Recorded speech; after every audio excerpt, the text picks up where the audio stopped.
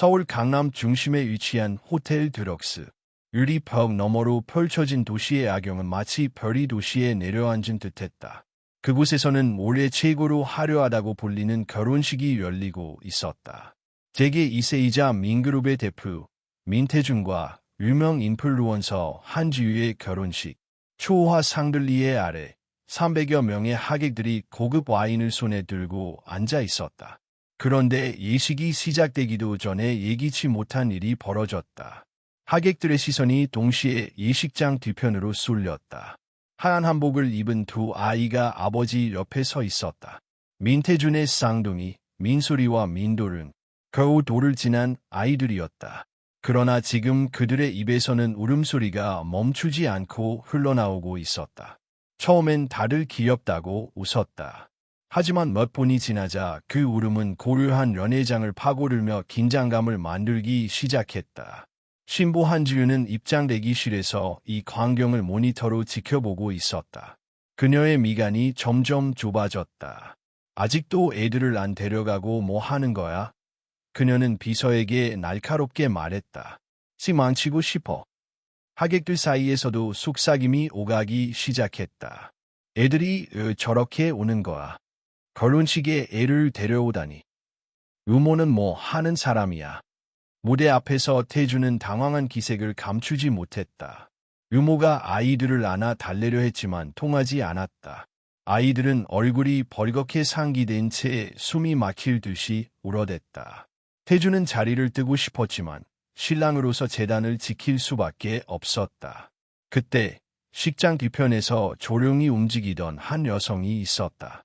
검은 유니폼을 입은 호텔 연애팀 아르바이트생 서한. 25살, 대학 마지막 학기를 다니며 학비를 벌기 위해 주말마다 이곳에서 일하는 중이었다. 그녀는 아이들의 울음소리를 듣고 발걸음을 멈췄다. 그 울음은 단순한 칭얼거림이 아니었다. 불안, 낯설음, 공포. 그녀는 그 소리 안에 감정을 느꼈다. 하은은 아동학을 전공했고 조카 쌍둥이를 돌본 경험도 있었다. 아이들이 지금 겪고 있는 감정이 무엇인지 알고 있었다. 그녀는 몇 초간 고민했다. 하지만 아이들의 울음은 점점 거세졌고 아무도 움직이지 않았다. 하은은 숨을 들이마신 뒤 천천히 재단 쪽으로 걸어갔다. 하객들의 시선이 그녀에게 꽂혔다. 어떤 이들은 눈살을 찌푸렸고 어떤 이들은 놀란 얼굴로 수근거렸다. 하은은 고개를 숙이며 조심스럽게 말했다. 죄송합니다. 혹시 제가 아이들을 잠깐 안아도 될까요? 아동 돌봄을 조금 공부한 적이 있어서. 신부 대기실에 있던 한지우가 모니터 속 장면을 보고 분노에 찬 얼굴로 밖으로 나왔다. 하객들을 가르며 앞으로 걸어 나온 그녀는 태준과 하은을 향해 외쳤다. 저 사람 뭐예요? 직원 아니에요. 지금 뭐 하는 겁니까? 여기 아무나 들어올 수 있는 자리인가요? 모든 시선이 다시 집중됐다. 태준은 하은을 바라봤다. 그녀는 당황했지만 눈빛은 흔들리지 않았다. 그 순간 도륜의 울음이 한층 더 격해졌다. 하객 중 어떤 이는 길을 막았고 누군가는 자리를 뜨려 했다. 태준은 결단을 내렸다. 부탁드립니다. 하은은 조심스럽게 도륜과 소리를 번갈아 안았다. 그녀는 꽃 근처 장식용 실크천을 감싸 아이들이 익숙한 감각을 느끼게 했다. 그런 다음 부드럽게 흔들며 자장가를 흐물거렸다. 잘 자라 우리 아가. 눈 감고 잘 자라. 조용한 노랫소리와 부드러운 흔들림. 몇 분 후 기적 같은 일이 일어났다. 먼저 소리가 울음을 멈추고 눈을 감았다. 그 뒤를 이어 도륜도 작게 숨을 고르며 고요히 잠들었다. 연회장은 숨죽인 정적 속에 빠졌다. 한 명의 하객이 박수를 치기 시작했다. 이내 그 박수는 퍼졌고 누군가는 눈가를 훔쳤다. 태준은 자리에서 내려와 하은에게 다가갔다. 정말 감사합니다. 하은은 고개를 숙였다. 하지만 그 순간 신부 지유의 얼굴은 굳어져 있었다. 그녀는 아이들이 조용해진 것보다 시선이 자신에게서 하은에게 옮겨간 것을 더 분노스러워했다. 그녀는 다시 외쳤다. 당신, 도대체 무슨 자격으로 우리 애들을 만진 거예요? 당신 같은 사람이. 하지만 그때 중년 남성이 자리에서 일어났다. 소아청소년과 전문의이며 태준의 친구인 장현석이었다. 지율씨, 방금 이 젊은 분이 하신 방법은 과학적으로도 매우 효과적인 돌봄입니다. 저도 감탄했습니다. 그 아이들에게 필요한 건 지금 사람입니다. 지류는 말문이 막혔다. 런회장 안에 공기가 바뀌었다.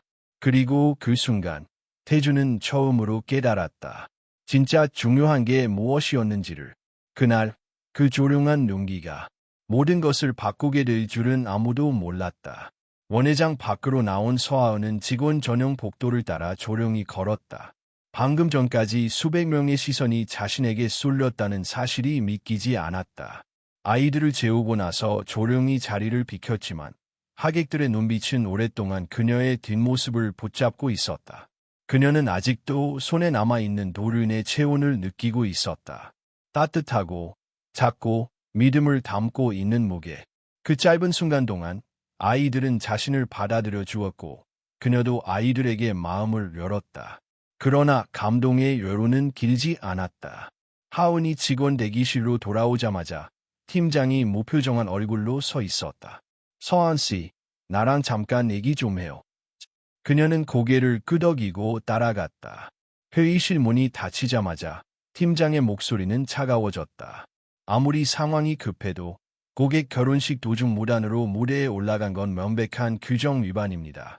무슨 생각이었죠? 죄송합니다. 아이들이 너무 힘들어 보여서. 당신의 감정은 중요하지 않아요. 이건 엄연히 고객과의 계약이 걸린 문제입니다. 우선 오늘부로 런회팀에서 배정 제의입니다. 내일부터 세탁실로 출근하세요. 하은은 아무 말도 하지 못했다. 따지고 들고 싶었지만 그녀도 규정을 알고 있었다. 아무리 선의였다 해도 그녀의 행동은 규칙을 벗어난 것이었다. 그날 밤 그녀는 숙소로 돌아와 책상에 앉았다. 창문 너머로 강남의 불빛이 반짝였지만 마음은 어두웠다. 손에는 지갑 사진 하나가 들려 있었다. 병상에 누운 어머니와 함께 찍은 사진. 하은이 아르바이트를 쉬지 않고 하는 이유였다. 한편 같은 시각 민태주는 호텔 상층의 신랑 대기실에 앉아 있었다. 재단이 비워진 이 식장은 조용했고 신부 한지윤은 부모와 함께 격노한 얼굴로 회의실에 들어가 있었다. 태주는 침묵 속에서 아이들을 안고 있었다. 소리는 여전히 곤히 잠들어 있었고 도류는 그의 넥타이를 잡고 놓지 않았다. 아이들은 이제야 안정을 찾았지만 그 무엇도 온전히 돌아오지 않았다. 잠시 후 회의실 문이 열렸다. 지유가 부족한 하이힐 소리를 내며 다가왔다. 민태준 씨, 이게 말이 됩니까? 결혼식 당일에 애들 때문에 술을 버리고 나를 이 지경으로 만들고도 아무 말이 없어요. 태주는 아이를 조심스럽게 내려놓은 후 조용히 고개를 들었다. 지유 씨, 아이들이 힘들어했다는 건 알고 있죠. 당신은 단 한 번 그 아이들을 안아보려고 했나요? 지유는 말문이 막혔다. 나는 그게 유모가 할 일이잖아요. 애들이 결혼식 내내 울었는지 몰라요. 그건 분위기 때문이에요. 사람들 많은데 데려오는 게 문제였던 거지. 아니요. 태준의 목소리는 낮고 단단했다. 문제는 우리가 부모라는 사실을 잊고 있었다는 겁니다. 지류는 웃었다. 그 웃음엔 비웃음이 섞여 있었다. 그래서 지금 그 직원 편을 드는 거예요. 이름도 모르는 아르바이트 하나 때문에 이 결혼을 업겠다는 거예요. 그 순간 태주는 자신이 내려야 할 결정이 무엇인지 깨달았다. 오래전부터 이 관계는 균열이 있었고 오늘 그것이 명확히 드러났을 뿐이었다. 이 결혼 여기서 끝냅시다. 지유의 얼굴이 하얗게 질렸다. 뭐라고? 나도 당신도 서로를 사랑하지 않아요. 적어도 난 그랬습니다. 당신에게서 아이들과 함께하는 미래는 보이지 않아요. 그리고 오늘 난 확신했습니다. 분위기는 얼어붙었다. 지류는 참지 못하고 큰 소리로 소리쳤다. 당신 미쳤어요.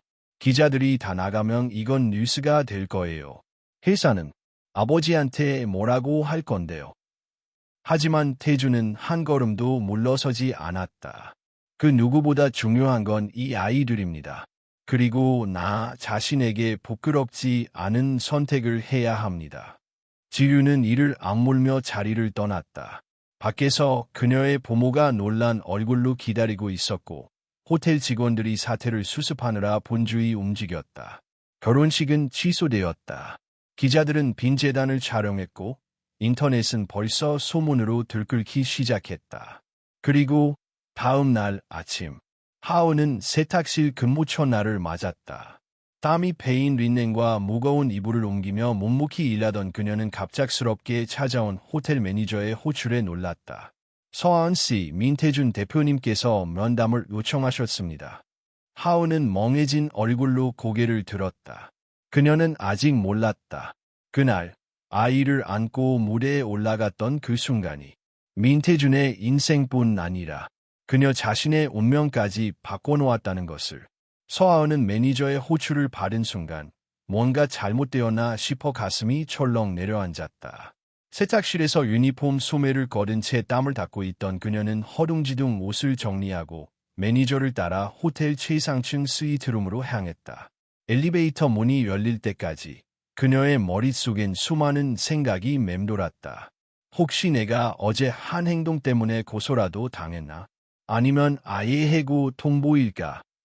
하지만 스위트룸 문이 열리자마자 그녀가 마주한 풍경은 예상과 전혀 달랐다. 민태준은 아이 둘과 함께 소파에 앉아 있었다. 그 거친 이마와 날카로운 눈매를 가진 남자가 아기용 턱바지를 목에 걸고 이유식을 먹이려 안간힘을 쓰고 있었다. 아, 소리야. 입 좀. 아냐, 그거 입에 들어가는 거야. 도류는 수저를 빼서 들고 바닥에 던졌고 소리는 갑자기 울음을 터뜨렸다. 태주는 당황한 얼굴로 두 아이를 번갈아 보다가 하은과 눈이 마주쳤다. 도와줄 수 있겠어요? 하은은 잠시 망설이다가 고개를 끄덕이고 다가갔다. 그녀는 능숙하게 수저를 정리하고 소리에 눈물을 닦아주며 조용히 노래를 흥얼거렸다. 도륜도 그녀의 품에 안기자 곧 조용해졌다.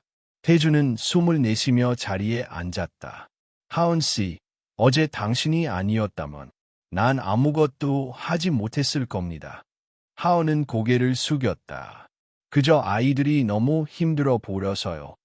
그래서 부탁드리려고 합니다. 며칠 동안 아이들 옆에 있어줄 수 없겠습니까? 정식 채용은 아니고 임시로라도. 하은은 놀란 얼굴로 태준을 바라보았다. 저 같은 사람이 괜찮을까요? 저는 전문 자격도 없고 단지 그 아이들이 이미 당신을 선택했습니다. 그게 더 중요하지 않나요? 그 말 한마디에 하은의 가슴이 먹먹해졌다. 잠시 후 호텔 인사팀에서 임시 계약서를 가져왔다. 계약 기간은 2주. 장소는 민태준의 자택. 급여는 기존보다 3배. 하은은 사인을 하며도 여전히 이 상황이 믿기지 않았다. 그리고 며칠 뒤 그녀는 민태준의 집에 도착했다. 한남동 고급 주택가에 위치한 펜트하우스. 넓은 창문 밖으로 한강이 보이고 내부는 잡지에서나 볼 법한 인테리어로 꾸며져 있었다. 하지만 집 안은 예상외로 차가웠다. 완벽한 정리, 고요한 침묵, 아이들의 장난감 소리 하나 들리지 않는 공간. 아이들 방은 이쪽입니다. 태준이 문을 열자 흰색 벽과 비싼 가구로 채워진 방이 나왔다. 하지만 뭔가 허전했다. 장난감은 새 것 그대로 포장돼 있었고 아이들 침대는 모서리만 딱 맞춰 정돈돼 있었다. 아이들이 이 방에서 잠든 적은 별로 없습니다. 대체로 거실에서 잠들곤 했죠. 하은은 조용히 고개를 끄덕였다. 먼저 매트를 깔고 장난감 정리함을 낮게 바꾸는 게 좋겠어요. 아이들이 직접 꺼내고 놀 수 있도록요. 창문엔 블라인드를 추가하고요. 그럼 낮잠 잘 때 덜 자극적일 거예요. 태주는 놀란 듯 그녀를 바라보았다. 잘 아시는군요. 학교에서 배운 것도 있고 아이를 키우는 사촌 언니를 많이 도왔어요. 그녀는 침착하게 방을 정리하기 시작했다. 장난감을 하나하나 살피고 아이들의 키에 맞춰 책장을 낮추고 방 구석에 커다란 방석과 인형을 더 작은 아지트를 만들었다. 하루가 지나자 아이들은 눈에 띄게 달라졌다. 도류는 아침에 웃으며 일어났고 소리는 하은의 폼에 안겨 잠이 들었다. 태주는 거실에서 그 모습을 지켜보다가 조용히 물었다. 아이들에게 그동안 내가 너무 무심했나 봅니다. 하은은 고개를 저었다. 아이들은 부모의 마음을 느껴요. 대표님이 매일 출근 전에 뽀뽀해주는 것 모를 리 없어요. 그날 저녁 태주는 회의가 늦어져 기가가 늦었다. 하은은 도륜에게 이유식을 먹이며 조용히 말하고 있었다. 우리 도륜이는 오늘도 잘 먹네. 이제 숟가락도 혼자 잡고. 그 순간 문이 열리며 태준이 들어섰고 아이는 벌떡 일어나 걸음마를 시작했다. 비틀거리며 한 발, 두 발 앞으로 나아가더니 태준의 다리 앞에서 멈췄다. 아빠. 그 단어는 마치 시간조차 멈추게 했다. 태준은 놀란 눈으로 도륜을 바라보았다. 그리고 이내 무릎을 꿇고 아이를 안았다. 그래, 아빠야. 내 아빠야. 하은은 그 모습을 지켜보며 조용히 눈을 돌렸다. 그들의 순간을 방해하고 싶지 않았다. 하지만 그녀의 가슴 한편에서도 무언가가 따뜻하게 흔들리고 있었다. 그날 밤, 하은은 아이들의 방에서 조용히 노트를 꺼냈다. 첫 걸음, 첫 말, 그리고 오늘 나는 그 순간을 함께했다. 그녀는 아직 몰랐다. 그날의 한 걸음이 단지 아기의 첫걸음만이 아니라 그녀와 태준 사이에 놓인 첫 번째 달이었다는 것을. 민태준의 집에는 여전히 고요함이 흐르고 있었다. 하지만 그 고요함은 더 이상 차갑지 않았다. 집안 곳곳에 작은 변화들이 있었다. 도륜과 소리가 웃는 시간이 늘어났고 거실엔 아이들의 책이 펼쳐져 있었으며 식탁에는 가족 같은 온기가 퍼졌다. 서하은은 매일 아침 아이들의 옷을 고르고 이유식을 준비하며 하루를 시작했다. 아이들은 그녀의 목소리를 들으면 웃으며 손을 뻗었고 낯선 공간이 조금씩 집이라는 감각을 가지기 시작했다. 그날도 하은은 아침 일찍 일어나 소리의 머리를 묶고 있었다. 우리 소리, 오늘은 리본 해볼까? 분홍색 좋아하지? 소리는 까르르 웃으며 거울을 보았고 하은은 그 웃음에 괜히 가슴이 따뜻해졌다. 아침 식사 후 태준이 출근 준비를 하며 거실로 나왔다. 그는 커피를 들고 아이들의 모습을 바라보다가 하은에게 조심스럽게 말했다. 혹시 내일 같이 나들이 갈 수 있을까요? 아이들하고 잠깐 바람 쐬러. 하은은 놀란 눈으로 그를 바라보았다. 저랑요? 혼자선 벅찰 것 같아서. 아이들이랑 처음으로 나가보는 거라. 그동안 너무 안 데리고 다녔죠. 하은은 잠시 망설이다가 고개를 끄덕였다.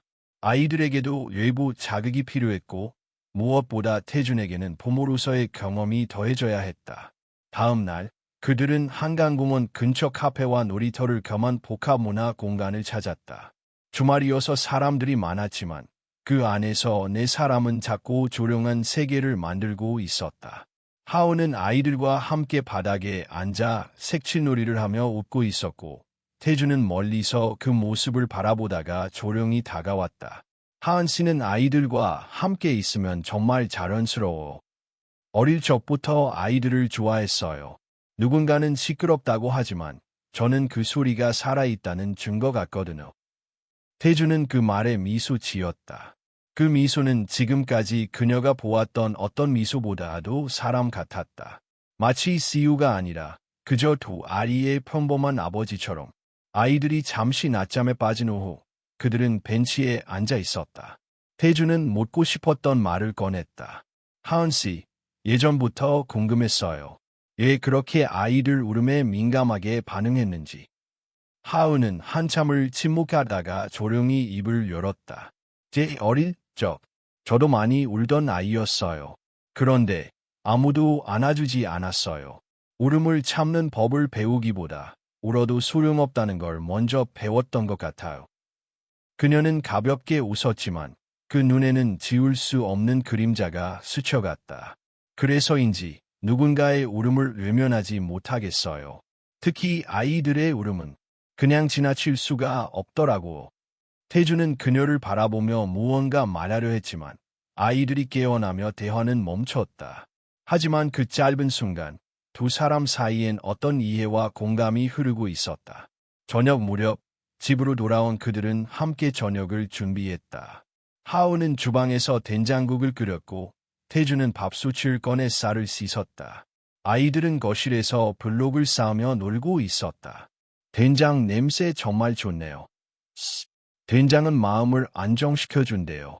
그래서 유난히 어릴 적 기억이 떠오르나 봐요. 그날의 식탁은 평범했지만 특별했다.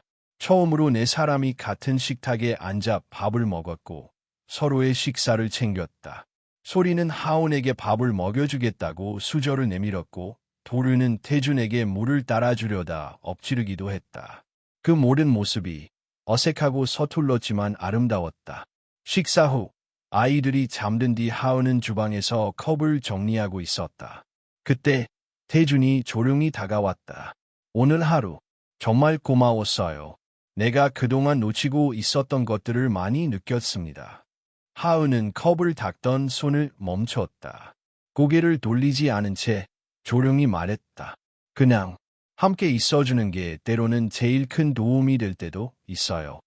둘 사이엔 잠시 정적이 흘렀다. 그리고 그 고요함 속에서 서로를 향한 감정이 조용히 깊어졌다. 하지만 그 누구도 아직 그 감정을 입 밖에 꺼내지 않았다. 그들은 알았다. 지금 이 시간은 말보다 소중한 무엇으로 채워지고 있다는 것을. 서툴고 조용하지만 분명히 존재하는 새로운 가족의 형태가 그렇게 태어나고 있었다. 서하은은 평생 이렇게 고요하고 따뜻한 나날이 올 줄 몰랐다. 매일 아침 아이들의 웃음소리로 시작해 네 사람의 저녁 식탁으로 마무리되는 하루하루는 마치 꿈처럼 느껴졌다.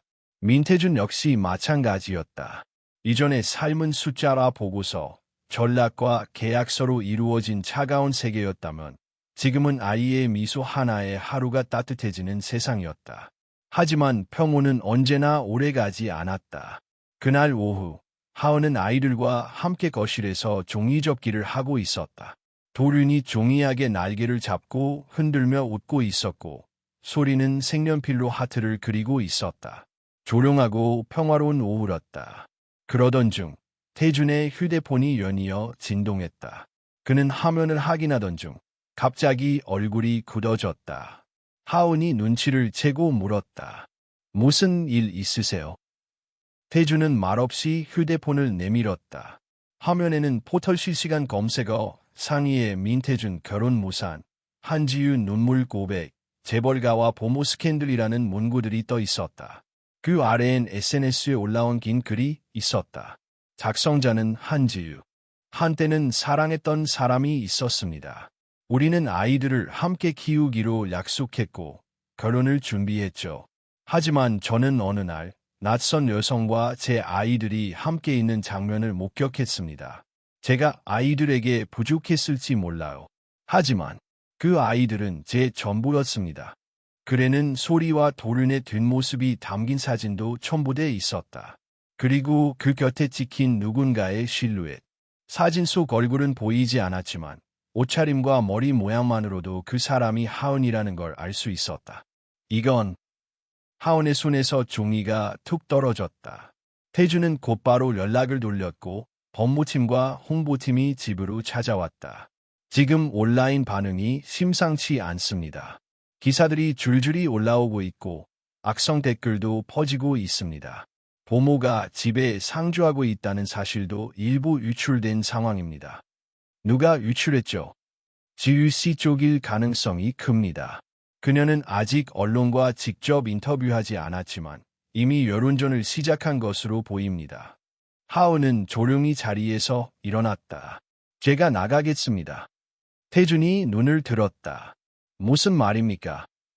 제가 있는 한 대표님과 아이들에게 더 큰 부담이 될 거예요. 저 때문에 아이들이 상처받는 건 싫어요. 지금 이 상황은 하은 씨 잘못이 아닙니다. 하지만 전 아무것도 가진 게 없어요. 대표님은 회사를 지켜야 하고 아이들도 보호해야 해요. 저는 그럴 힘이 없어요. 그녀의 목소리는 떨리고 있었지만 눈은 단호했다. 그날 밤 하은은 방을 정리했다. 아이들의 사진과 메모, 만든 장난감들을 한 상자에 담았다. 그리고 두 아이의 손을 잡고 마지막 인사를 했다. 우리 도륜이, 소리야. 하은 이모는 너희를 정말 많이 사랑해. 하지만 지금은 잠깐 떨어져 있어야 할 것 같아. 언젠가 다시 꼭 만나자. 약속. 소리는 울음을 터뜨렸고 도륜은 하은의 옷자락을 꼭 잡았다. 태주는 그런 아이들을 품에 안으며 아무 말도 하지 못했다. 그날 밤 문이 닫혔고 그 집엔 다시 고요함이 내려앉았다. 하지만 그 고요함은 이번엔 차가웠다. 며칠 후 방송 인터뷰에서 한지유가 등장했다. 화려한 배경 뒤에서 눈물을 흘리며 말했다. 아이들은 제가 낳은 아이들이에요. 아무리 일이 바쁘고 부족했더라도 저는 엄마로서 그들을 포기한 적이 없어요. 인터뷰 후 SNS에는 그녀를 동정하는 댓글이 쏟아졌다. 역시 피해자는 여자였다. 보모가 남의 가정을 무너뜨렸다. 돈 많다고 보모랑 살림 차린 건가? 태준의 회사 주가도 하락세를 탔고 이 사이에서는 잦은 사임 요구가 나오기 시작했다. 그러던 중 태준의 변호사에게 서류 한 장이 도착했다. 이건 한지유 씨 측에서 보낸 양육권 청구 소송입니다. 태준은 눈을 감았다. 그 조용한 눈꺼풀 너머로 분노가 번졌다. 이제 장난은 끝났다. 그리고 그는 중얼였다. 하은 씨가 돌아와야 합니다. 아이들도, 나도, 그녀 없이는 이 상황을 이겨낼 수 없습니다. 그는 처음으로 스스로를 인정했다. 그녀는 단순한 보모가 아니었다. 이 집의 숨, 이 아이들의 웃음, 그리고 그의 삶을 다시 숨쉬게 해준 유일한 사람이었다. 서하은이 떠난 뒤 한남동의 그 넓은 집은 더욱 커보렸다. 아니, 커다란 침묵으로 가득 차 있었다. 아이들은 하은이 머물렀던 방 앞에서 며칠을 머물렀고 문을 열어 그녀가 돌아올까 기다리는 듯 앉아 있었다. 소리는 하은의 이름을 부르며 잠에서 깼고 도류는 밥을 먹다 말고 울음을 터뜨리곤 했다. 그 작은 손으로 컵을 들어 이모를 찾던 모습은 민태준의 가슴 깊숙한 곳을 쳤다. 하지만 하은은 돌아오지 않았다. 태준은 하은에게 수차례 연락을 시도했다. 전화는 연결되지 않았고 메시지에는 답장이 없었다. 호텔 인사팀에 물어보니 이미 사직서를 내고 퇴사한 상태였다. 그녀는 서울 어딘가에서 조용히 사라져 있었다. 그녀 없이 맞이한 아침은 기계적이었다. 아이들을 돌보는 전문 유모가 새로 들어왔지만 도륜과 소리는 낯설어했고 자주 울었다. 소리는 말수가 줄었고 도륜은 밤마다 악몽을 꿨다. 새 유모는 성실했지만 아이들과의 교감은 없었다. 그날 밤 태주는 아이들 방에서 조용히 앉아 있었다. 두 아이는 깊은 잠에 빠져 있었지만 그는 그들 사이에 남겨진 빈자리를 느꼈다. 침대 옆 여전히 하은이 만든 작은 수면등이 켜져 있었다. 그녀가 남기고 간 노트에는 도륜이 처음으로 숟가락을 혼자 잡은 날, 소리가 언니라고 불러준 날, 함께 읽은 책들이 날짜별로 적혀 있었다. 그 페이지를 넘기던 태준의 손이 멈췄다. 맨 마지막 페이지에 그녀의 손글씨가 있었다. 아이들은 사랑을 기억한다. 내가 없는 시간에도 그 기억이 아이들을 따뜻하게 감싸주기를. 그 문장을 읽는 순간 태준의 숨이 멈추는 듯했다. 그는 천천히 눈을 감았다. 그리고 이내 마음을 다잡았다. 다음 날 그는 법무팀과 긴급회의를 열었다. 한지유 측에서 아이들 양육권을 청구한 상태입니다. 소송은 빠르면 한 달 내로 시작될 예정이고 그녀는 이미 언론 플레이를 통해 엄마의 이미지를 구축했습니다. 그녀는 친권자입니까? 법적으로는 아닙니다. 아이들은 민태준 대표님의 호적에만 올라가 있으며 출산 당시 지유 씨는 별도로 서류를 제출하지 않았습니다. 하지만 법원은 생물학적 모성도 중요하게 봅니다. 지금처럼 여론이 악화된 상황에서는 불리합니다. 태준은 조용히 중얼였다. 그럼 진짜를 보러줘야겠군요. 며칠 후 태준은 아이들과 함께 전문 촬영 스튜디오를 찾았다. 아이들이 웃으며 놀고 책을 읽고 밥을 먹는 모습을 자연스럽게 담았다. 하은이 있을 때의 영상을 편집해 지금의 모습과 교차로 보여주는 영상을 만들었다.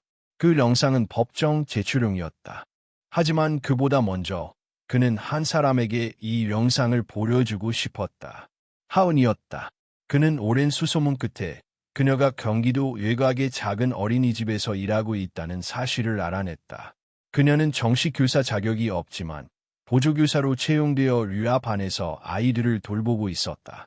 그날 오후, 하은은 교실 한켠에서 아이들과 종이놀이를 하고 있었다. 창문 너머로는 겨울 햇살이 스며들고 아이들은 천진난만한 웃음을 터뜨렸다. 그 웃음소리 속에 그녀는 잠시 자신이 겪은 모든 것을 잊을 수 있었다. 그러다 문이 열리고 익숙한 목소리가 들려왔다. 서한 씨. 그녀는 고개를 들었다. 민태준이 그곳에 서 있었다. 놀란 눈으로 그를 바라보는 그녀에게 그는 작은 USB를 건넸다. 아이들 영상입니다. 하은 씨가 떠난 후의 모습도 있고 함께한 시간도 담겨 있어요. 하은은 조용히 그것을 받아들었다. 손끝이 떨렸다. 지금 와서 저를 찾으시나요? 당신이 필요해서요. 아이들에게도 저에게도. 지금 이 상황을 버틸 수 있는 유일한 방법은 진실뿐이니까요. 하지만 제가 나타나면 대표님과 아이들이 더 상처받을 수도 있어요. 저는 보호막이 아니에요. 태주는 한 걸음 다가섰다. 그럼에도 불구하고 당신이 아니면 안 됩니다. 아이들이 울고 잠들지 못하고 아침에 웃지 않는 모습을 당신은 모르잖아요. 하은의 눈동자가 흔들렸다. 그녀는 말없이 고개를 떨궜다. 법정에서 당신이 보여준 진심이 필요해요. 당신을 일용하자는 게 아닙니다. 단지 아이들의 진짜 기억을 함께 지켜달라는 부탁입니다. 긴 침묵 끝에 하은은 조용히 고개를 끄덕였다. 단 한 번뿐이에요. 아이들 앞에서 거짓 없이 진심으로만 설 수 있다면. 태주는 작게 미소 지었다.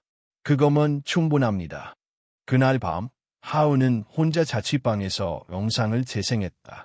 함은 속도르는 수저를 들고 하은을 따라 웃었고 소리는 그녀 품에 안겨 하은 이모를 연거푸 불렀다. 그리고 마지막 장면, 태준이 조용히 속삭이는 장면으로 영상은 끝났다. 이 집은 당신이 만들었습니다. 웃음도 온기도 다 당신이 남긴 겁니다. 하은은 조용히 눈을 감았다. 가슴 한켠이 먹먹하게 벅차올랐다. 이제 그녀는 돌아가야 했다.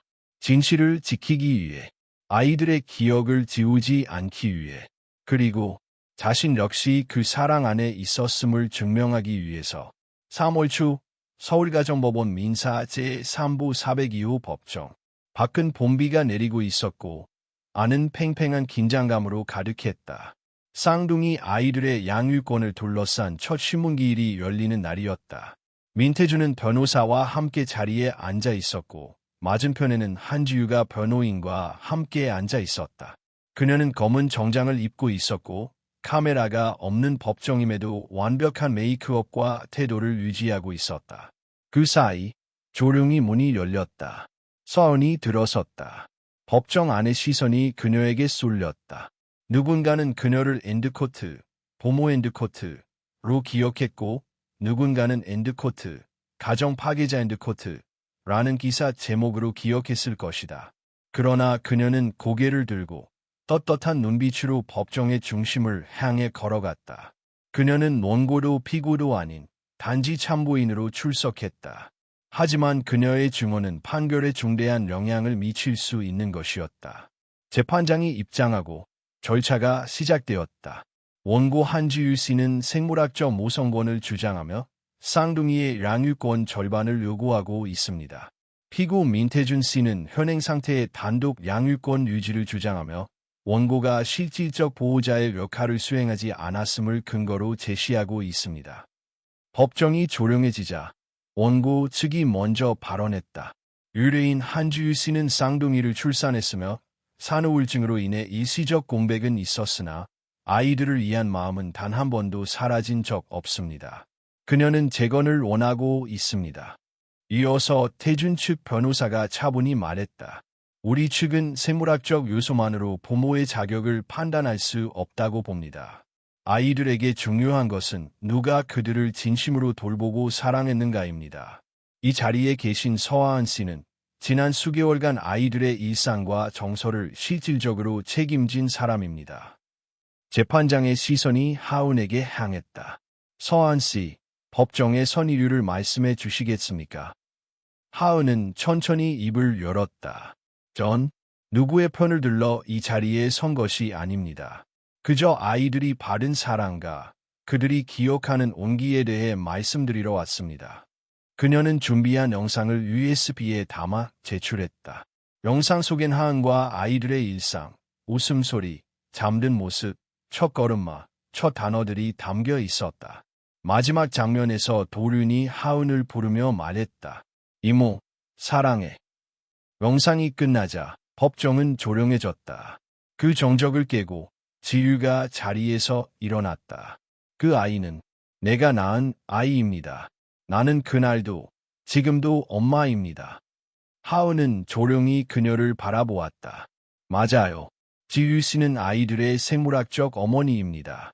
그건 누구도 부정할 수 없어요. 그런데도 당신은 내 아이들을 데려갔죠. 아니요. 그 아이들이 저를 불러준 겁니다. 그 짧은 문장이 법정 안에 울렸다. 지류는 순간 말을 잃었고 재판장은 다음 기일을 지정한 뒤 정회를 선언했다. 법정 밖 비는 여전히 내리고 있었다. 하은은 우산 없이 나가려 했지만 뒤에서 누군가 우산을 씌웠다. 민태준이었다. 그는 말없이 그녀와 나란히 걸었다. 우산 아래 두 사람은 나란히 빗속을 가르며 천천히 발을 옮겼다. 잠시 후 그는 조용히 말했다. 하은 씨, 오늘 고맙습니다. 하은은 고개를 저었다. 그 아이들을 생각하면 제가 아니었어도 누군가는 말했을 겁니다. 태준은 한참을 말없이 걷다가 문득 멈춰섰다. 혹시 내가 지유와 가족 이미지를 유지해야 한다면 하은 씨는 어떻게 하시겠어요? 그녀는 눈을 들었다. 왜 그런 제안을 하시죠? 회사 이사회와 언론은 안정적인 가족 구도를 원합니다.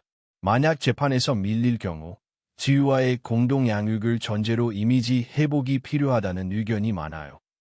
하은은 조용히 웃었다. 그 미소엔 슬픔이 섞여 있었다. 그럼 저는 떠나야겠죠. 지유 씨와 대표님 사이에 제가 설 자리는 없을 테니까요. 하지만 난 그게 싫습니다. 그의 말은 조용했지만 분명했다. 나는 그 사람과 가정을 꾸리려는 게 아니라 당신과의 시간을 지키고 싶습니다. 하은은 눈을 피했다. 태준 씨, 지금은 말보다 선택이 중요한 때예요. 저는 감정으로 남고 싶지 않아요. 누군가를 대신하거나 보여주기 위한 존재로는 더 이상 있고 싶지 않아요. 그 말에 태준은 조용히 고개를 끄덕였다. 그럼 내가 해야 할 선택이 분명해졌네요. 비는 멈추지 않았지만 두 사람의 발걸음은 서서히 같은 방향을 향해 나아가고 있었다. 그날 밤 태준은 결심을 굳혔다. 사람들에게 보이기 위한 가족이 아닌 진짜 가족을 지키기 위해 무엇을 포기해야 할지 명확히 알게 되었던 날이었다. 서울가정법원 두 번째 신문기일. 그날 법정에는 지난번보다 더 많은 취재진과 방청객들이 모여 있었다. 재벌가의 양육권 분쟁이라는 자극적인 제목 아래 사람들의 호기심과 편견이 뒤섞인 눈빛이 좁은 복도를 가득 채웠다. 서하은은 조용히 복도 벤치에 앉아 있었다. 그녀는 다시 법정 안에 서지 않는다. 오늘은 판결이 내려지는 날 말이 아닌 선택이 세워지는 날이었다. 문이 열리고 태준이 들어왔다.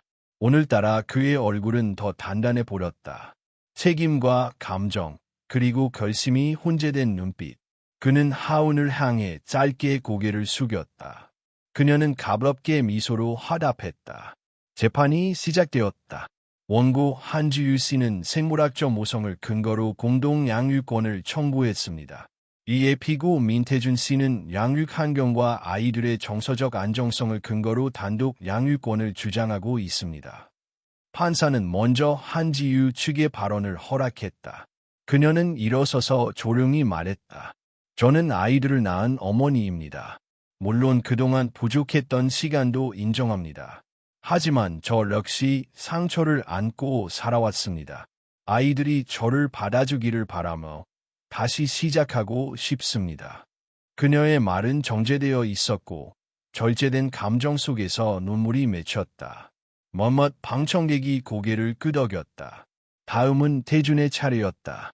그는 자리에서 천천히 일어났다. 저는 이 자리에서 누군가를 비난하려 하지 않습니다. 단지 말씀드리고 싶은 건 하나입니다. 아이들은 지금 이 순간에도 누군가의 폼을 찾고 있다는 사실입니다. 그는 준비해온 두 번째 영상을 재생했다. 화면에는 최근 일주일간의 아이들 모습이 담겨 있었다.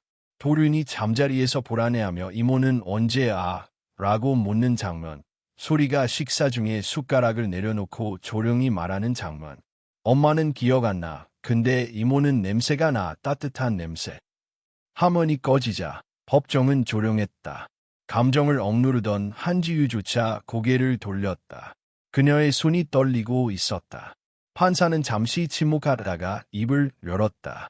아이들에게 가장 적합한 보호자는 누구인가? 법원은 그 질문에 답하기 위해 모든 자료와 진술을 검토하였습니다. 그의 목소리는 단단했고 명확했다. 민태준 피고의 단독 양육권을 인정합니다.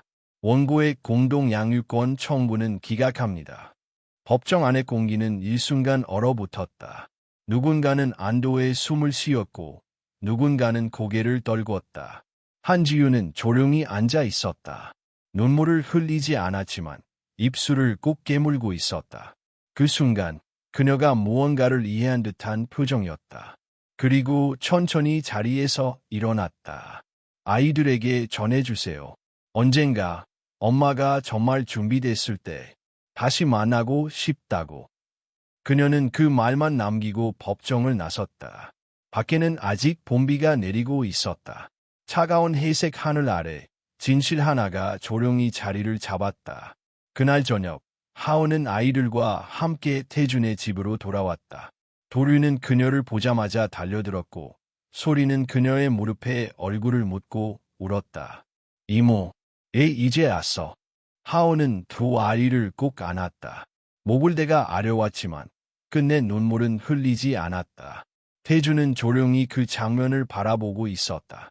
그리고 저녁 무렵 아이들이 잠든 후 거실에 마주 앉았다. 모든 게 끝났습니다. 아니요, 하은은 조용히 말했다.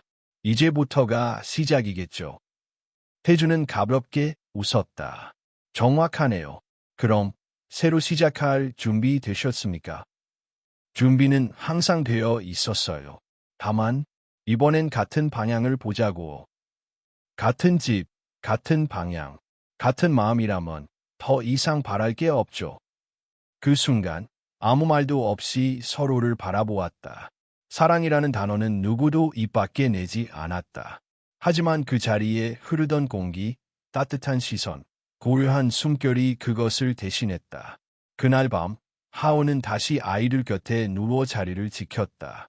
그녀는 천장을 바라보며 조용히 생각했다.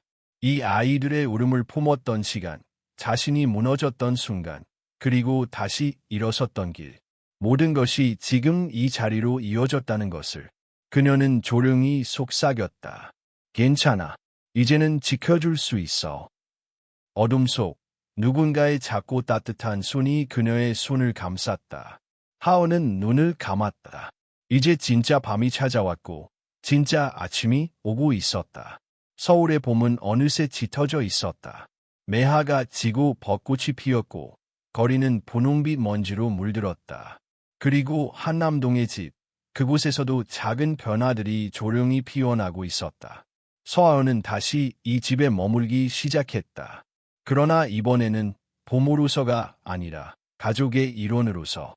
누군가의 그림자 뒤에 숨어있던 시간이 끝나고 이제는 같은 식탁에 앉아 밥을 먹고 같은 공간에서 미래를 이야기하는 위치였다. 그녀는 여전히 아침이면 아이들의 옷을 챙기고 간식을 준비했다. 하지만 그 손끝엔 이제 의무가 아닌 선택이 담겨 있었다. 민태주는 회사 일 외의 시간을 최대한 아이들과 함께 보내려 했다. 그는 퇴근 후 직접 아이들을 씻기고 책을 읽어줬으며 주말이면 직접 시장에 가서 재료를 사오기도 했다. 이거 어떻게 씻어? 그가 미력 한 묶음을 들고 묻자 하우는 웃으며 말했다. 찬물에 불리고 깨끗이 2번 헹구세요. 짜면 안 돼요. 미역국은 매년 생일마다 먹는 거죠. 네, 그런데 이건 당신이 끓여야 의미가 있어요. 그날 저녁, 태준이 처음으로 미역국을 끓였다. 불 조절이 미숙해 물이 넘치고 소금을 2번 넣는 실수를 했지만 도린과 소리는 맛있다고 웃었다. 아빠 요리 맛있어. 그 한마디에 태준은 민망한 듯 머리를 긁었지만 입가엔 미소가 번졌다. 하우는 그 모습을 조용히 바라보다 문득 마음이 저릿해졌다. 이제야 정말 가족 같아졌구나. 그녀는 언젠가부터 자신도 모르게 이 집에 뿌리를 내리고 있었다. 그리고 그 뿌리는 억지로 내려진 것이 아니라 매일의 작은 순간들 속에서 자연스럽게 퍼져갔다. 그러던 어느 날 아이들이 낮잠에 든 시간 하우는 거실 소파에 앉아 있었다. 햇살이 부드럽게 커튼을 타고 들어왔고 정적은 평화로웠다. 그때 태준이 다가와 옆에 앉았다. 요즘 어때요? 좋아요. 평범한 하루하루가 이렇게 소중할 줄 몰랐어요. 당신이 있어서 가능한 일이죠. 그의 말에 하우는 고개를 돌렸다. 태준의 눈빛은 더 이상 거리낌이 없었다. 상처를 숨기지도 않았고 감정을 외면하지도 않았다. 하은 씨. 그는 조용히 말했다. 우리가 함께한 시간들이 아이들만을 위한 것이었을 수도 있겠지만 나는 이제 당신 없이 이 시간을 상상할 수 없습니다. 하은의 숨이 잠시 멈췄다. 그런 말 쉽게 하지 마세요. 쉽게 하는 말 아니에요. 그동안 말하지 않았지만 매일 느끼고 있었습니다. 하은은 눈을 피했다. 나 상처받는 게 두려워요. 언제든 내가 다시 나가야 할 자리가 될까봐. 그 자리는 이제 당신 것이에요. 누가 정해주는 게 아니라 우리가 함께 만든 거잖아요. 그 말은 단단하고 따뜻했다. 하은은 천천히 고개를 끄덕였다. 그날 밤 하은은 처음으로 태준의 방 앞에서 멈춰 섰다. 문은 닫혀 있었지만 안에서 희미한 조명이 새어나왔다. 그녀는 조용히 노크했다. 문이 열렸고 태준이 나왔다. 말 없이 서로를 바라보던 그 순간 모든 감정이 침묵 속에 녹아들었다. 말로 하지 않아도 눈빛 하나로 충분히 전해지는 마음. 하은은 천천히 말했다. 나 여기 있고 싶어요. 당신 옆에. 태준은 대답 대신 그녀를 안았다. 나도 당신이 여기에 있기를 바랐어요.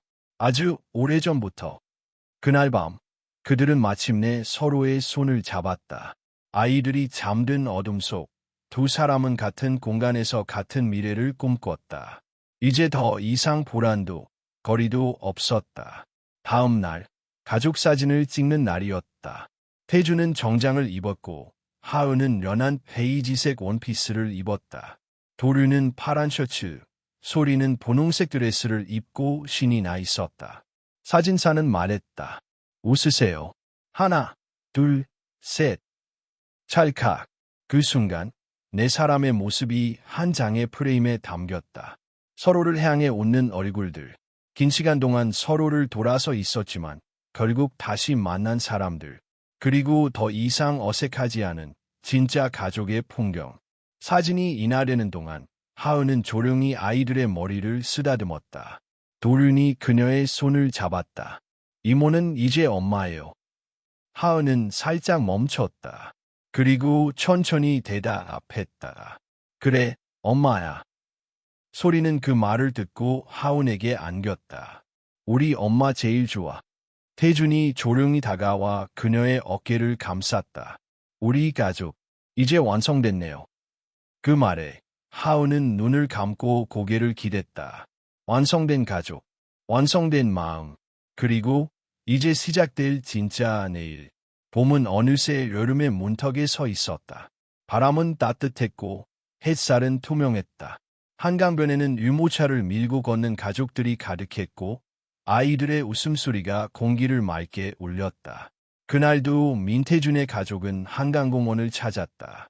아니, 이제는 민태준의 가족이 아니라 우리 가족이라고 부를 수 있는 시간이었다. 도류는 자전거를 타고 앞서 달렸고 소리는 하은의 손을 잡고 꽃을 주워 모으고 있었다. 태준은 그 모습을 뒤에서 바라보다가 조용히 사진을 찍었다. 하은이 그를 바라보며 웃었다. 또 사진이에요. 잊고 싶지 않아서요. 하은은 잠시 멈칫했다. 그리고 아이들을 바라보며 천천히 고개를 끄덕였다. 그래요. 이 시간은 오래도록 기억하고 싶어요. 삶은 언제나 예상하지 못한 방향으로 흐른다. 한때는 비난의 대상이었고 한때는 사라져야 할 존재였던 한. 그리고 감정을 숨기고 숫자만 보던 사람, 태준. 그들이 이렇게 손을 잡고 같은 방향을 바라보게 될 줄 아무도 몰랐다. 하지만 결국 그들은 함께라는 선택을 했고 그 선택이 만든 오늘이었다. 며칠 뒤 도륜과 소리의 유치원 첫 등원이 있었다. 하은은 손수 만든 가방에 아이들 이름을 수놓았다. 아이들은 신이 나서 뛰어다녔고 태준은 조심스럽게 넥타이를 메고 아이들과 거울 앞에 섰다. 오늘 아빠가 제일 멋있어. 응, 아빠는 왕자님 같아. 그 말에 하은이 웃음을 터뜨렸다. 그럼 우리 둘은 공주네. 소리는 씩 웃으며 하은의 손을 잡았다. 등원길, 하은은 처음으로 느꼈다. 이 모든 풍경이 꿈이 아니라 현실이라는 것을. 그리고 이 현실이 바로 자신이 얼마나 걸어왔는지를 증명하는 장면이라는 것을. 그날 밤 아이들이 잠든 후 하은은 조용히 일기를 썼다. 우리의 첫 계절. 오도륜이 처음 자전거를 혼자 탄 날. 오소리가 꽃다발을 만들어 내 손에 쥐어준 날. 오태준 씨가 처음으로 나에게 고맙다 대신 사랑한다 라고 말한 날. 그녀는 펜을 멈추고 창밖을 바라보았다. 어느덧 그녀의 방 안에는 과거의 그림자 대신 미래의 조명이 켜져 있었다. 그녀는 이제 더 이상 도망치지 않았다. 숨지도 않았고 스스로를 작게 만들지도 않았다. 이제 그녀는 누군가의 보조자가 아니라 누군가의 삶 그 자체였다. 며칠 후 소규모의 가족 식사가 있었다. 태준의 부모님, 하은의 고모, 몇몇 가까운 친구들만 초대된 조용한 자리. 그 자리에서 태준은 조용히 손을 들었다. 오늘 이 자리는 우리가 얼마나 먼 길을 돌아왔는지를 함께 나누고 싶어서 마련한 자리입니다. 모두가 조용해졌다. 하은 씨와 저는 함께 살기로 했습니다. 단지 서류상의 부부가 아니라 아이들에게 부모로 서로에게 친구이자 동반자로 살아가기로요. 하은은 놀란 눈으로 그를 바라보았다. 그는 그녀를 바라보며 덧붙였다. 공식적인 청혼은 아직 안 했지만 괜찮겠죠. 모두가 웃었고 하은은 살짝 고개를 끄덕였다. 천천히 해요. 난 벌써 가족이라는 말에 충분히 감동했으니까요. 그날 밤 그들은 테라스 위에서 함께 와인을 마셨다. 도륜과 소리는 이미 꿈나라에 있었고 하늘에는 별이 떠 있었다. 하은은 별빛을 바라보다가 물었다. 우리 이렇게 행복해도 되는 걸까요? 태준은 조용히 말했다. 행복은 허락받는 게 아니라 스스로 선택하는 거래요. 그 말에 하은은 웃었다. 그럼 난 오늘도 당신을 선택할래요. 그리고 나도. 침묵이 내려앉았다. 그러나 그건 결코 어색한 침묵이 아니었다. 서로의 호흡이 섞이는 고요한 순간. 아무 말 없이도 이해하고 말보다 더 깊게 연결되는 시간. 몇 달 후 그들은 작은 결혼식을 올렸다. 초대장은 없었다. 청첩장도 없었다. 단지 아이들과 가장 가까운 사람들만이 모인 마당에서 그들은 평범하고도 진심 어린 서약을 나눴다. 나는 당신을 사랑합니다. 당신이 상처받았던 날들을 안고 당신이 웃는 날들을 더 많이 만들겠습니다. 나는 당신을 믿습니다. 당신이 나와 함께 걸어준 그 모든 순간에 내 마음을 다해 감사하며 살아가겠습니다. 하은과 태주는 서로를 바라보며 손을 잡았다. 그리고 아이들이 꽃잎을 뿌렸다. 그 위로 햇살이 내려앉았다. 그날 누군가는 말했다. 이건 그냥 결혼식이 아니라 한 편의 이야기 같아요. 하은은 마음속으로 대답했다. 그래요. 이건 이야기였어요. 하지만 끝이 아니라 이제부터 진짜 내일을 시작하는 이야기.